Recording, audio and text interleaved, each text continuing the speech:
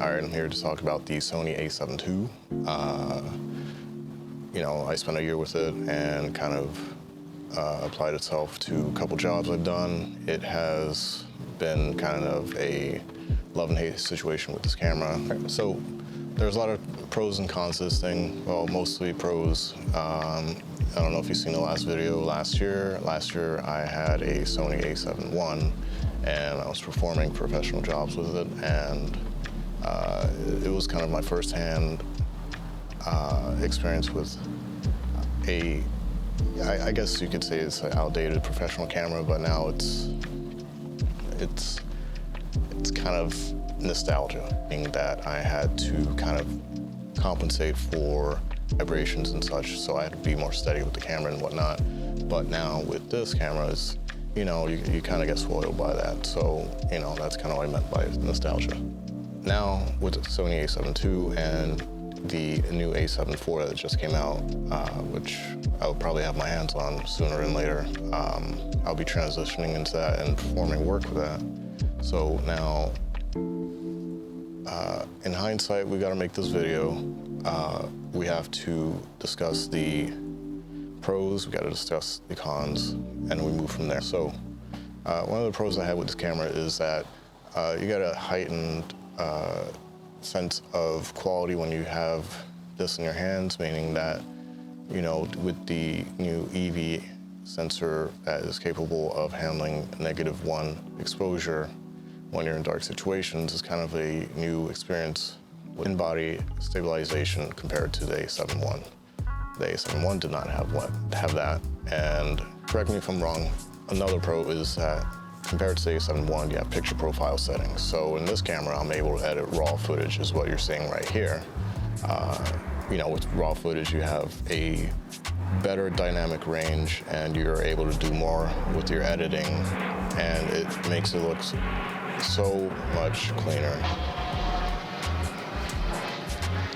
Comparing to the A7 I, with the videos that you make, is that now you have access to raw picture profiles, very clean image.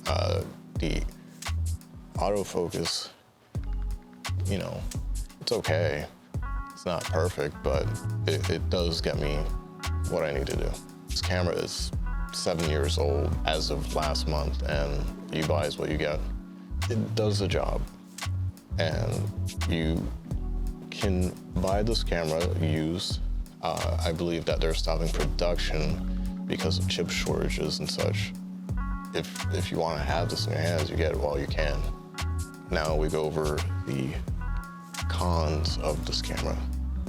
The biggest con of the camera I'm having with battery life, it is pretty bad. When I say bad, I carry about 4 cameras with me when I go on a shoot. Even if it's an hour-long shoot, you never know what's gonna happen to your battery, but I end up going through, all 4 of my batteries before the shoot is done. And I carry an emergency dummy battery, the wireless charger. I would carry that with me, just in case.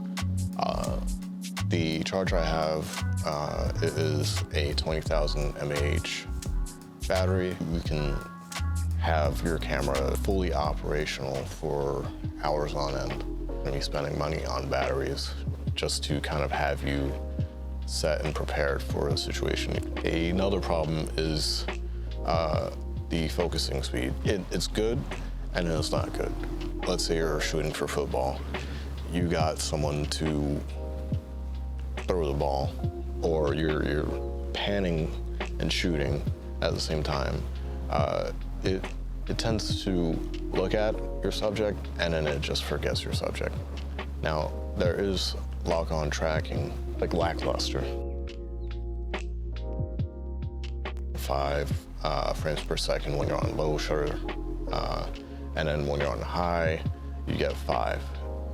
Again, if you're doing sports, and which for a situation, you kind of need to have more frames per second. I understand that, the whole concept about or of spray and pray, but there are some situations where, you're panning and you're shooting, you may miss a key situation. If you're nitpicky, yeah, you're gonna wanna have a little bit more frames per second to use. If you're not picky, then you know. Should you purchase the Sony A7 II? I would say yes. Me, I got it used.